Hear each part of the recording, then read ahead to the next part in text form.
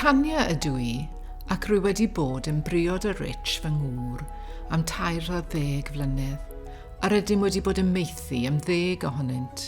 Mae gan y 2 ohonom blant o briodasau blaenorol. I ni, nid oedd cael mwy o blant yn hun yn teimlo fel llwybr yr oedden am ei droedio, ond roedden yn gwybod bod gennym fwy i'w gynnig, a dyma ni'n meddwl y byddai maethu yn rhoi cyfle i ni ofalu am y plant sydd angen gofal fwyaf.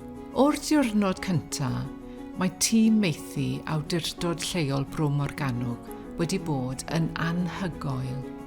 O bethau mawr, fel yr hyfforddiant ffurfiol, i bethau bach fel bod ar ben arall y ffôn, neu alw draw pan fyddwn ni'n cael diwrnod anodd. Maen nhw yna bob amser.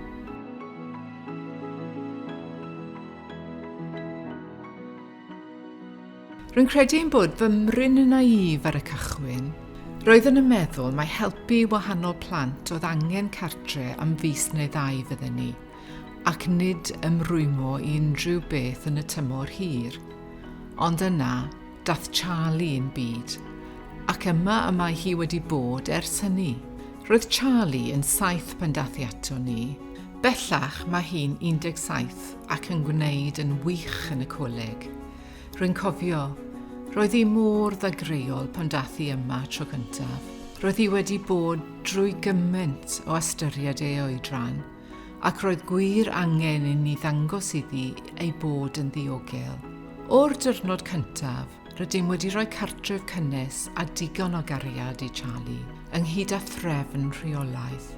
Ond, mae'n rhaid i chi wneud pethau'n hwyl hefyd. Roedd hi angen cartref diogel, ond hefyd llonydd i fod yn blentyn. Roedd yr un peth yn wir am Alex, y bachgen ifanc sy'n byw gyda ni ar hyn o bryd, sy'n wastad 1 cam o'n blaenau. Mae Alex yn sicr wedi ei cadw ar flaenau yn trad, ond o dan y cyfan, mae'n fachgen ifanc sydd yn hangen ni i wastad sefyll wrth ei ymyl. Mae bobl ifanc yn tyfu gymaint pan fyddwch yn rhoi'ch amser, cariad, ymroddiad a parch iddyn nhw.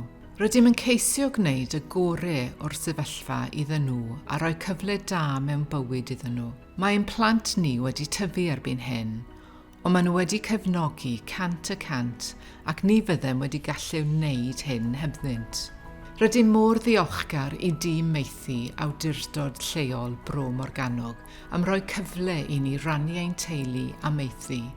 Mae'n fraint medru gwneud gwahaniaeth i mywydau'r plant hyn. Rwy'n hoffi meddwl ei fod wedi dod â'r gorau allan yn nhw'n hefyd.